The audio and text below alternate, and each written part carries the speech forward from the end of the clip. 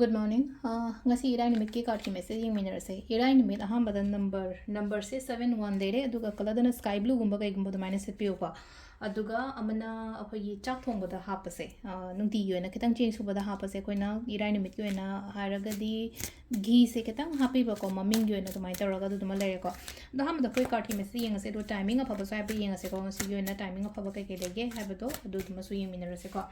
Adu se dagi Sidagi card hum katang thok charge ko card number 1 card number 2 aduga card number 3 ko ahamba consider ani shuba consider traga hum suba consider ma khan bira se ko ahamba khan banga yenga se ko ahamba khan banga yena se lai se ngai ba oina oire ko ngasi je kitang thaba inkhang taw motam da hadi khara ngai ba khot pa slow chat pa dumai taraga oire ko ado kitang adum ngai bi ko se lai se ngai bi haraga di aina hona jari ba aina tawri ba kholi ba se sigi result ti natraga akoi gi mahayana har sino ko phangdi phangani ba sida ado light color hai tarang sa हाइडी blue set पाजे sky blue गुंबा कईगुंबा दुमाइना set पीरो को अदुगा केतंग patience लेयो को हाइडी कनुम कनुम तवदा हाइडी पेशेंस लेबा हाइडी खांगबा ngaइबा से मंगाइरे को नंबर 2 खन बंगाई योन ला नंबर 2 खन बंगाई योन हाइडी डे ऑफ प्रॉस्पेरिटी इन लाइक को सिदा को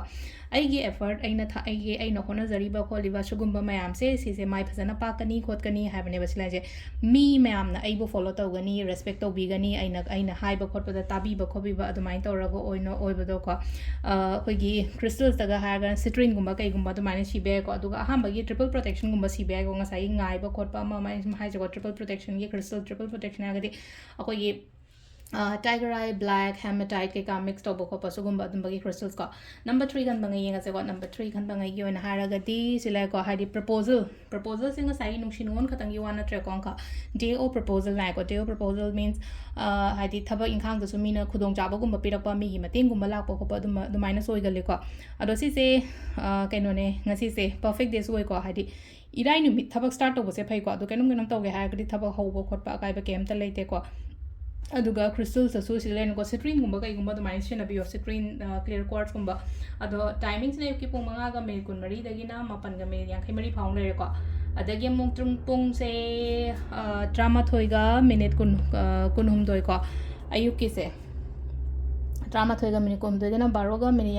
yang khai hum doi phaung le ko adagi pung ahum ga minute yang khai hum doi na pung manga ga minute kun doi phaung le dung dang ge na nipan ga minute kun hum doi de na mapan ga minute yang khai hum doi phaung le ko aduga ahing athing be na drama thoiga minute kun doi dagi na nongalam dai gi har sine ko nongalam dai gi ahum ga minute yang khai hum doi phaung le ko sisina khoi gi ngasi gi na faba timing ko